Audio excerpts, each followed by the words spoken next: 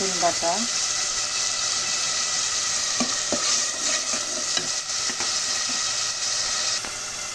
দিয়ে দিব আদা বাটা,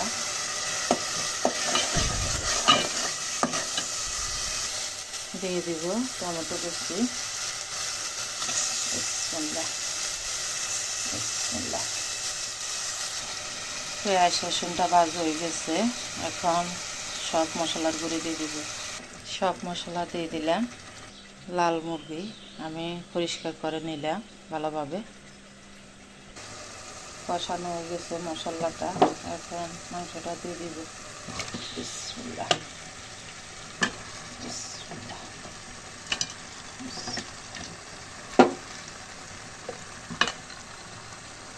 2 কেজি এলা মুরগি।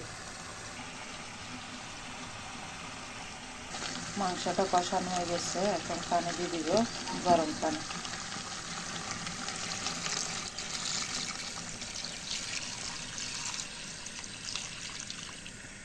লাল মুরগি তো সেজন্য সিদ্ধ হতে সময় লাগবে। মাশাআল্লাহ।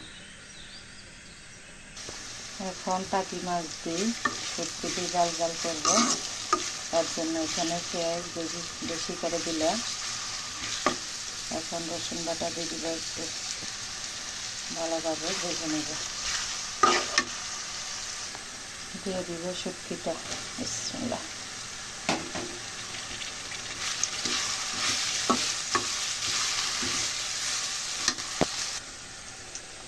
মাছটা গতকাল রাত্রে ছোটো ছোটো পিস করে রাখলাম, কুটি। সব মশলা দিয়ে কষিয়ে নিলাম, এখন মাছটা দিয়ে দিব। বিসমিল্লাহ। আজকে মেহমান আসবে, অনেক রান্না হবে, লম্বা ভিডিও হয়ে যাবে।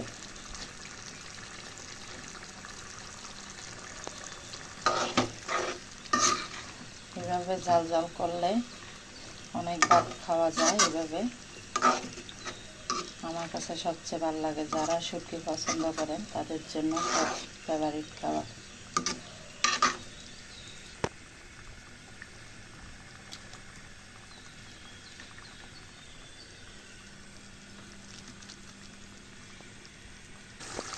দিয়ে দিব কাটা টমেটো।